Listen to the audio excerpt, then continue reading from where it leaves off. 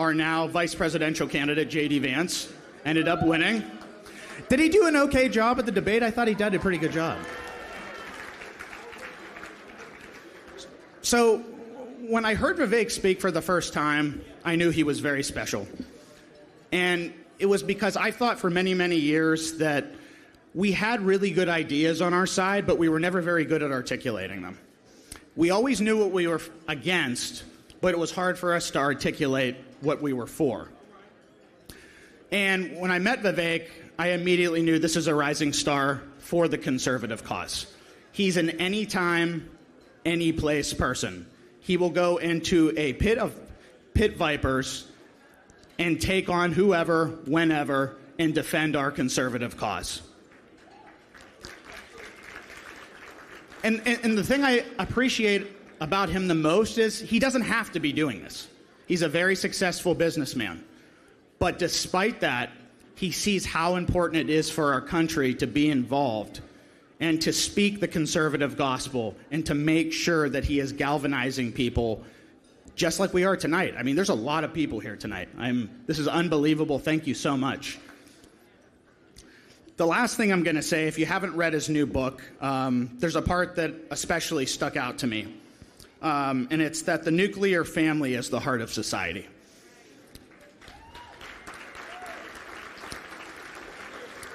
And it's something for whatever the reason, we've kind of gotten away from it.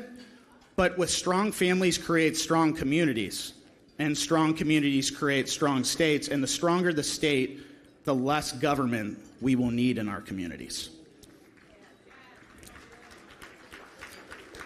So with that, the one thing he wrote in my book when he signed my Woke Inc. book, he said, "Speak freely." And Vivek, thank you making it a new trend that speaking freely and thinking for yourself is the new rebellious thing to do. So with that, without further ado, our keynote speaker, Vivek Ramaswamy.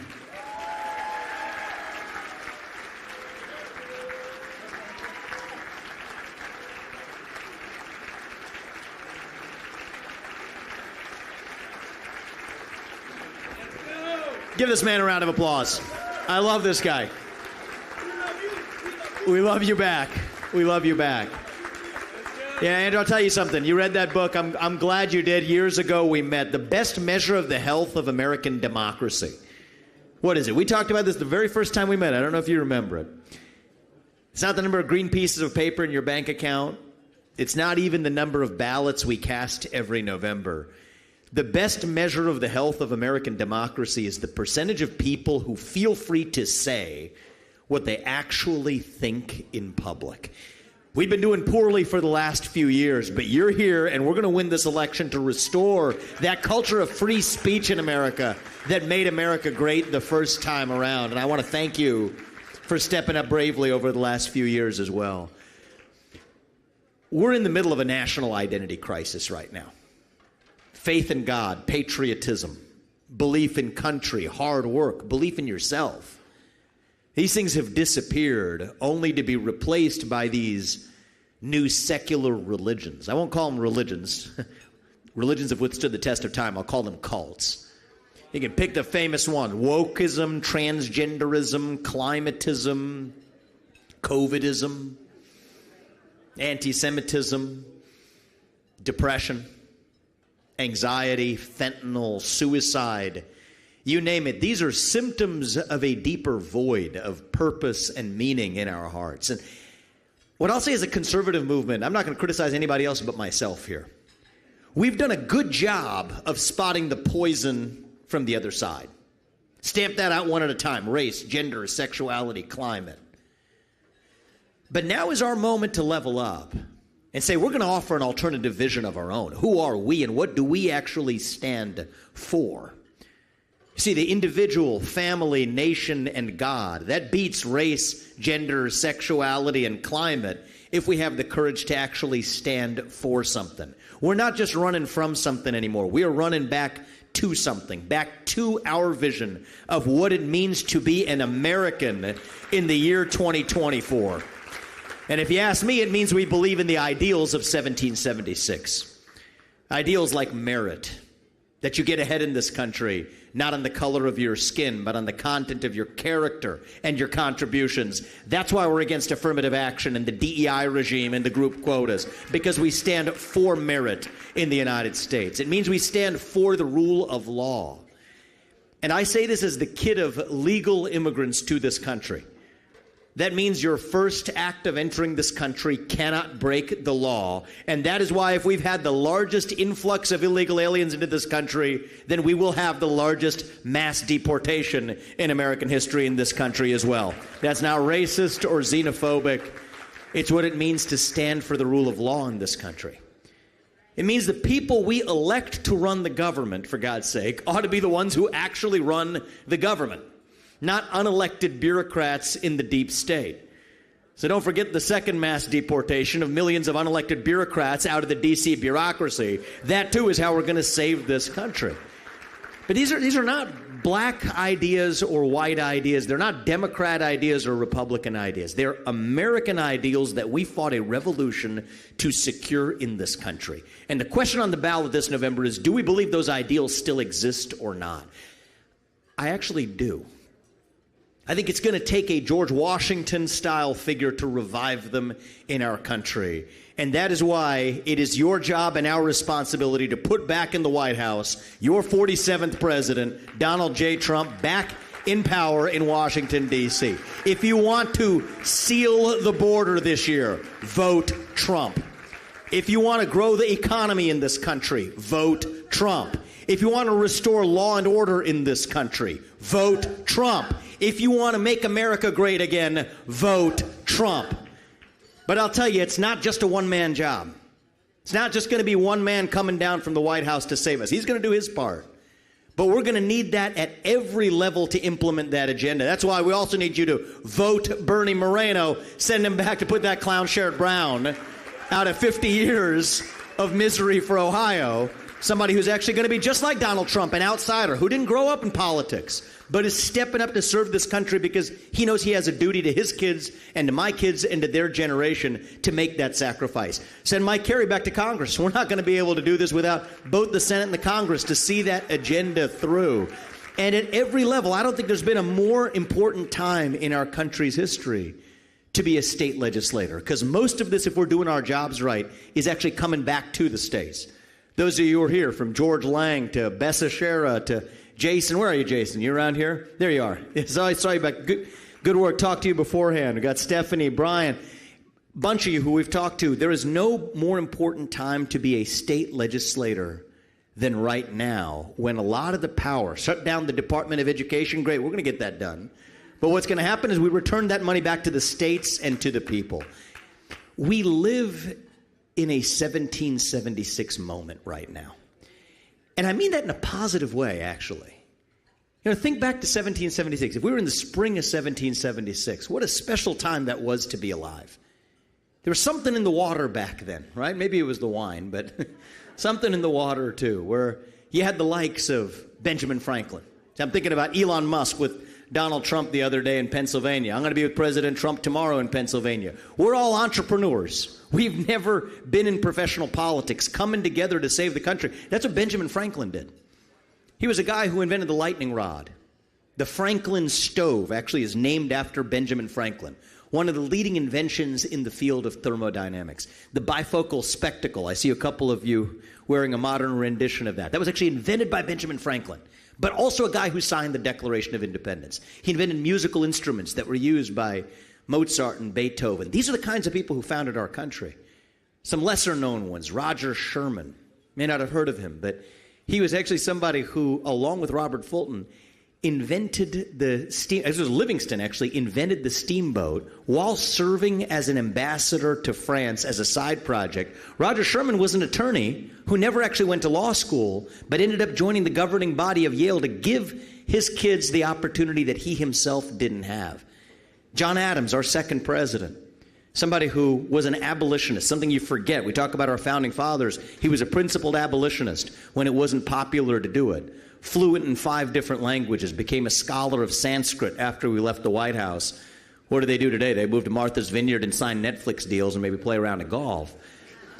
These are the people who founded our country 250 years ago. And I think we live in a moment where it's going to be the outsider class, people like Donald Trump, people like Bernie Moreno, that step in again to say, you know what, it's 1776 in our country again, that we're proud of our achievements. And my favorite founding father was Thomas Jefferson, actually. He's the man who signed the Declaration of Independence at the age of 33. Think about that. I was the youngest person ever to run for U.S. president as a Republican at 37. He was 33 when he set the whole ball game into motion. Funny thing was, he did that while also inventing the swivel chair, because he got a little bit of a backache while he did it. He was a heavy-set man. He wrote 16,000 letters over the course of his life. And I know some of the younger people in the room might be doing the math and saying that, well, 16,000 letters, that's like 4,000 words. I've done that in my school year. No, I'm not talking about 16,000 letters of the alphabet. I'm talking about he wrote 16,000 essays over the course of his life. He invented the polygraph test.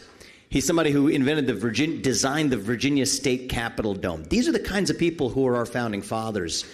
And I think that as much as we talk about our constitutional principles and the legal tradition that set our republic into motion, that's important. Part of what I want to revive, what we want to revive in our country, is that founding culture. We're the pioneers, the explorers, the unafraid, the people who would not be stopped from achieving the maximum of what your own God-given potential is without any government or system standing in your way. That's what our founding fathers understood.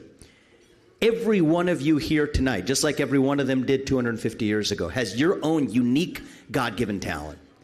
It's not the same as the person next to you. It's a different God-given talent. But whatever that is, a true meritocracy, a true country, the true America is the country that allows you to achieve the maximum of your God-given potential without anybody standing in your way. That's what our founding fathers believed. That's what we want to bring back in our country today.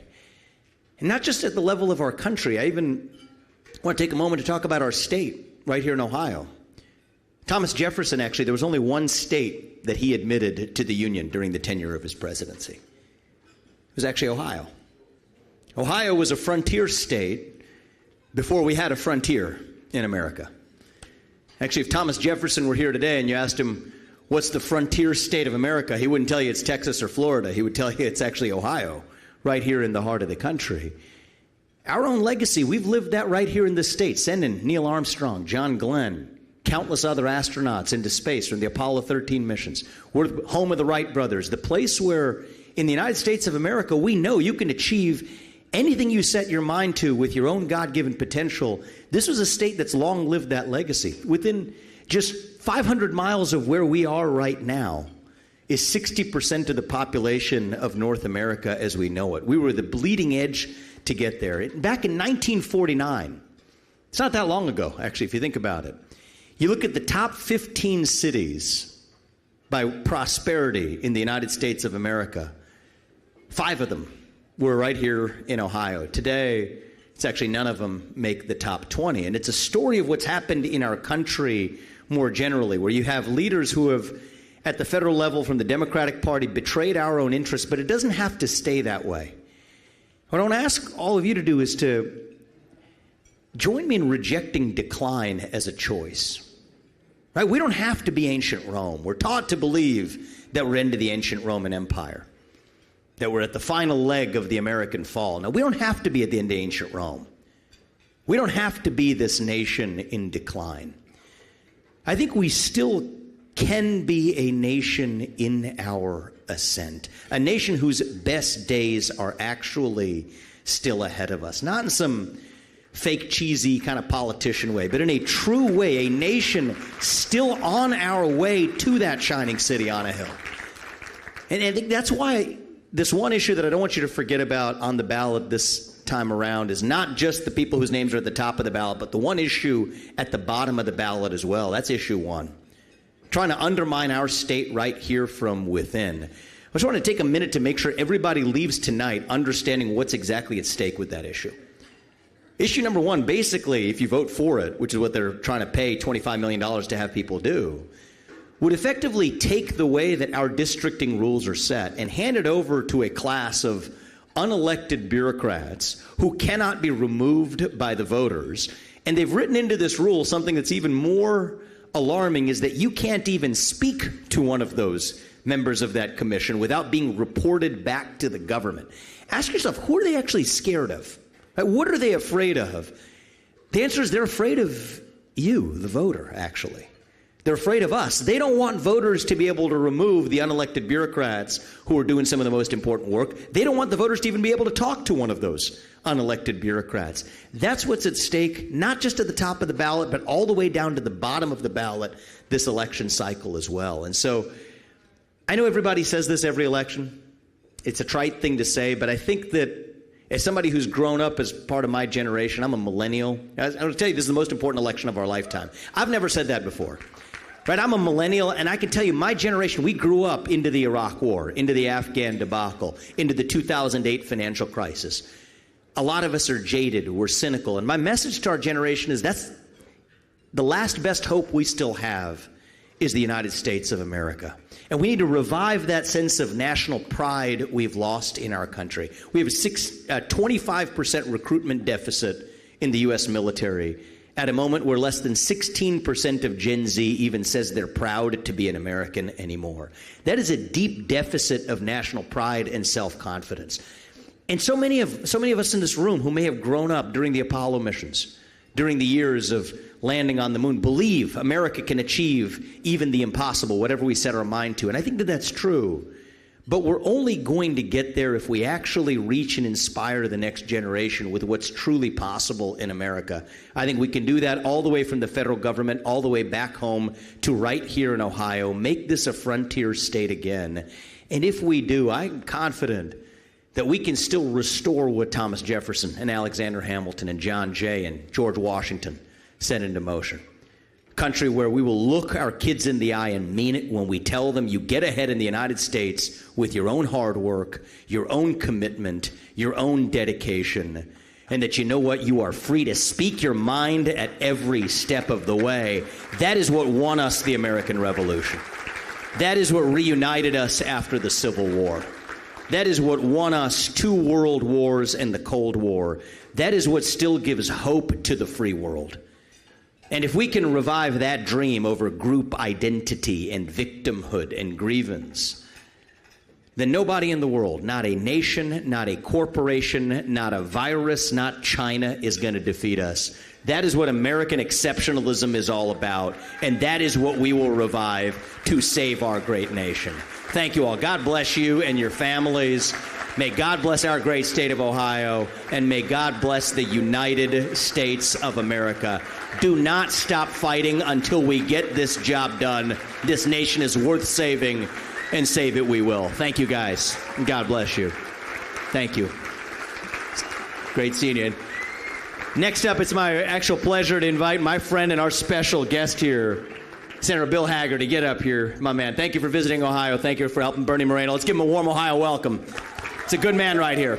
He's going to get the job done in the Senate. Great job, Vivek. Great job. Safe travels. Good to see you. Good luck in Pennsylvania tomorrow, too. Thank you.